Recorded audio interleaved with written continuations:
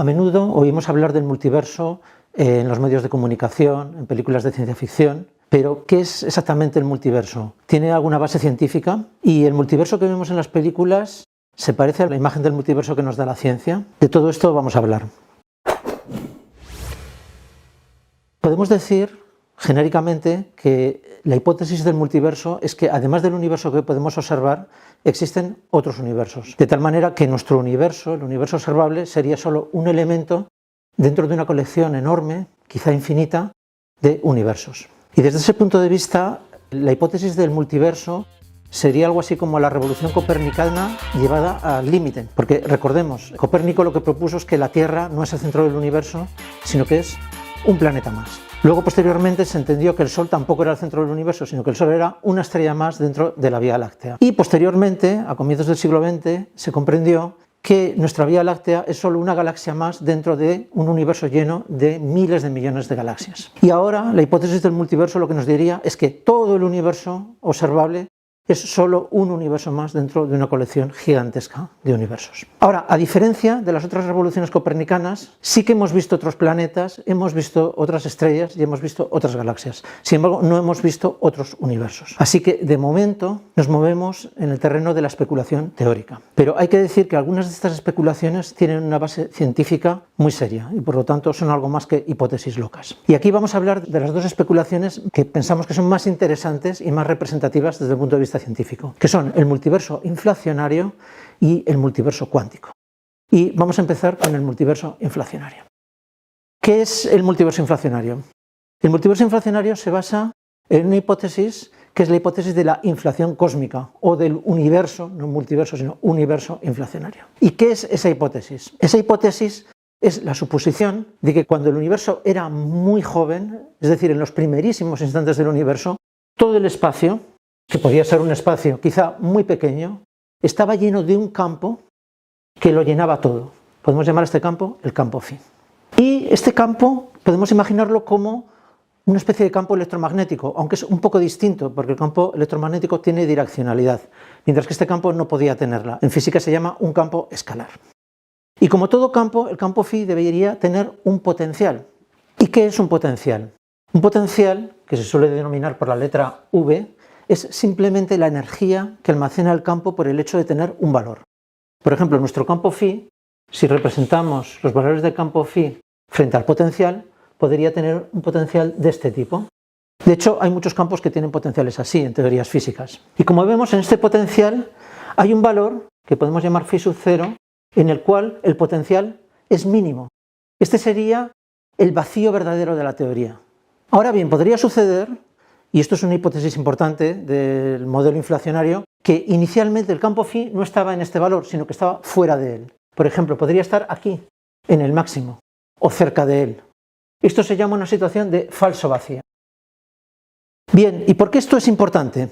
Porque si el campo phi inicialmente estaba en una situación de falso vacío, la teoría de la relatividad nos dice que cuando existe una energía de vacío, es simplemente una energía constante y, digamos, dispersa de una manera homogénea por todo el universo, automáticamente se produce un fenómeno que es una expansión acelerada del universo. Y esa expansión acelerada es lo que se llama inflación. Así que si efectivamente inicialmente el campo phi estaba en una situación de falso vacío, entonces necesariamente este espacio, que podía ser pequeño quizá, se expandió de una manera vertiginosa en todas las direcciones. Esta es la hipótesis del universo inflacionario. Bien, llegará un momento en que de manera natural el campo caerá en su mínimo. ¿Y qué sucede cuando pasa esto? Pues sucede que toda la energía que almacenaba el campo phi, por el hecho de estar fuera del mínimo, ahora se convierte en materia y energía ordinaria. Es decir, que la materia y energía que vemos en nuestro universo provendría del decaimiento de este campo phi a su valor de mínimo verdadero. ¿Y este modelo por qué es interesante? Es interesante porque permite explicar muchas cosas intrigantes de nuestro universo. Por ejemplo, ¿por qué el universo tiene la cantidad de materia y energía que tiene? El universo ya sabemos que tiene galaxias, pero podría tener más galaxias o podría tener menos. ¿Por qué tiene precisamente la cantidad de materia y energía que tiene? Bueno, pues esto lo explica perfectamente la hipótesis del universo inflacionario. Y esto fue una gran indicación, un gran tanto que se apuntó este modelo teórico. Y además permite explicar otras cosas, por ejemplo, por qué el universo es tan homogéneo e incluso el origen de las pequeñas inhomogeneidades que vemos en el universo. Por lo tanto, se trata de un modelo extremadamente interesante, aunque no ha podido ser comprobado completamente. De hecho, quizá en los próximos años sí que pueda comprobarse, porque si realmente el universo pasó por una etapa inflacionaria, han debido quedar huellas que sean visibles en los próximos años con los instrumentos que se están fabricando.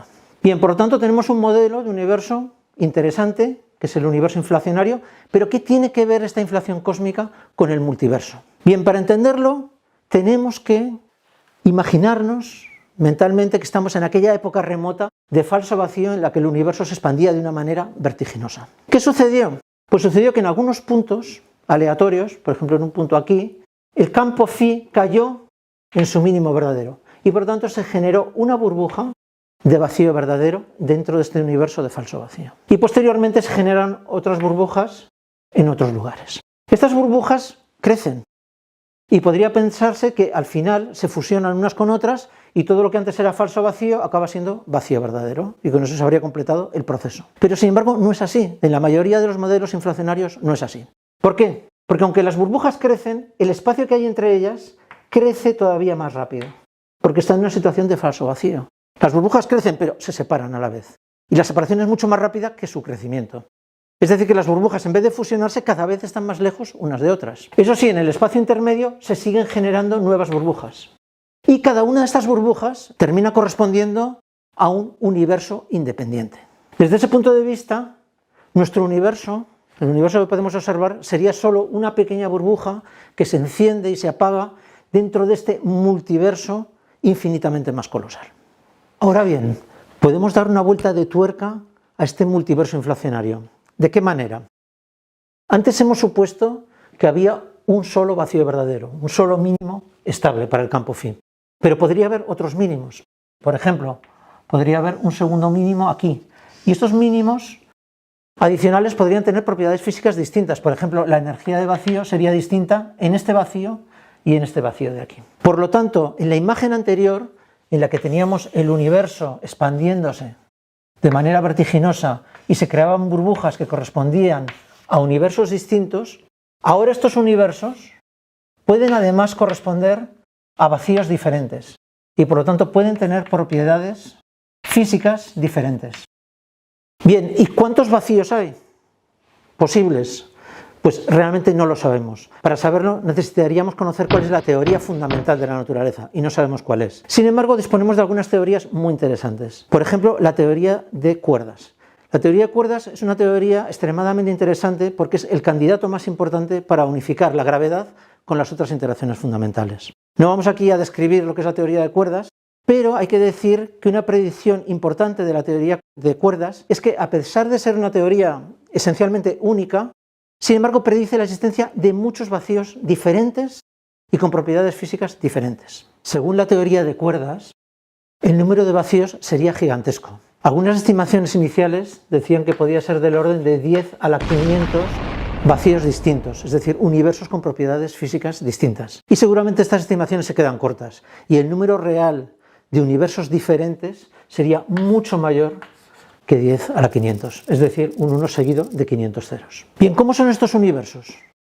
Podemos imaginarlos, por ejemplo, por su energía de vacío, como líneas a diferentes alturas.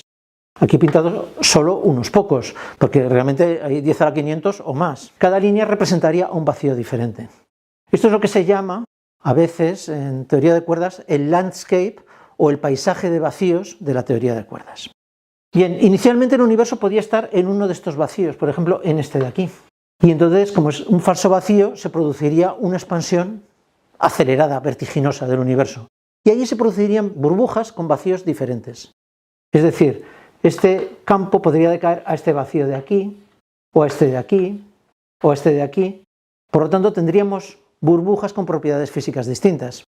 Es más, en una burbuja que tiene un cierto vacío, podría generarse una segunda burbuja con un vacío diferente. Y al final de este proceso, todos los vacíos acaban siendo poblados, es decir, al final tenemos burbujas en todos los vacíos posibles.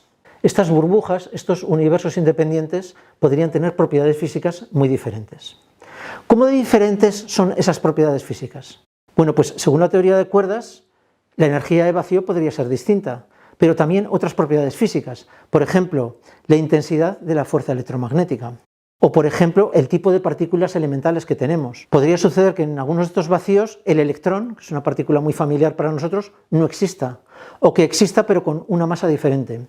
Incluso algunos de estos universos podrían tener dimensiones espaciales distintas que el nuestro. Nuestro universo tiene 3 dimensiones espaciales, largo, ancho y alto, pero podríamos tener universos con 4, 5 o 2, diferente número de dimensiones espaciales. Sin embargo, en este escenario, algunas leyes físicas serían comunes para todos ellos. Concretamente, la teoría de la relatividad general y la mecánica cuántica serían igual de válidas en todos estos universos. El multiverso inflacionario es una especulación muy interesante desde el punto de vista filosófico o literario, pero ¿podría tener algún interés estrictamente científico? Es decir, ¿podría explicar algún hecho de la naturaleza que no entendamos? Pues curiosamente sí podría. Concretamente podría explicar el aparente diseño de las leyes naturales para que pueda surgir la vida. En la naturaleza observamos algunas constantes fundamentales que no sabemos por qué tienen el valor que tienen. Por ejemplo, la intensidad de la fuerza gravitatoria, que está dada por el valor de la constante G de Newton. También tenemos la intensidad de la fuerza electromagnética, que los físicos solemos representar por la letra alfa.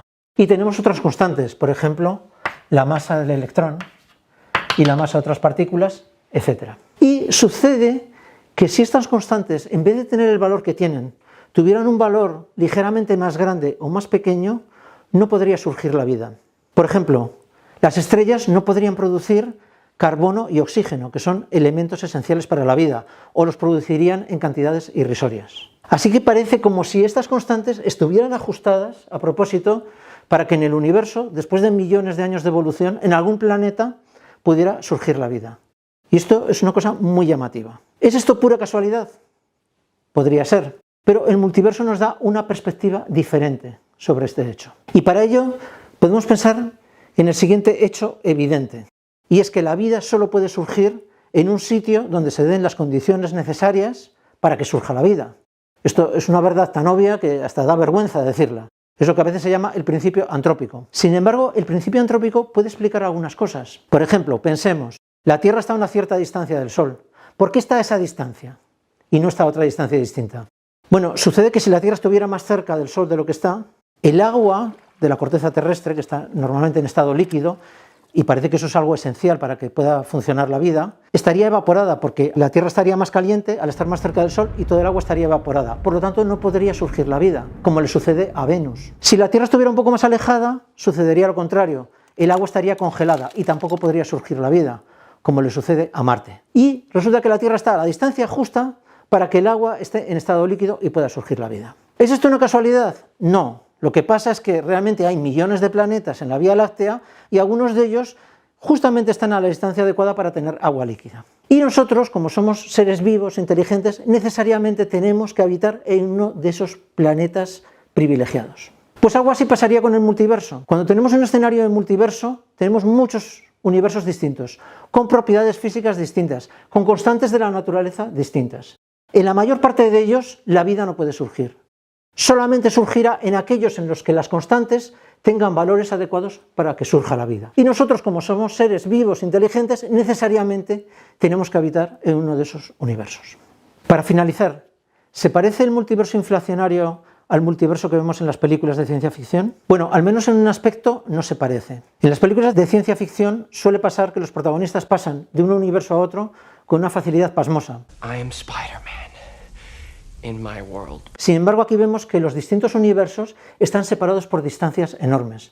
Por lo tanto, no es posible la comunicación entre ellos. Y precisamente este punto es una de las críticas más habituales que se le hace al multiverso inflacionario. Como casi por definición no podemos detectar otros universos, entonces esto realmente no sería una teoría científica, sino que sería pseudociencia. Y algo de verdad hay aquí, pero no es toda la verdad. Es una crítica un poco injusta, porque aunque no podemos tener pruebas directas de la existencia de otros universos, sí que podemos tener pruebas indirectas. Hemos dicho antes que la inflación cósmica es un modelo teórico que podría haber dejado huellas visibles en el universo actual y quizá las consigamos ver en los próximos años.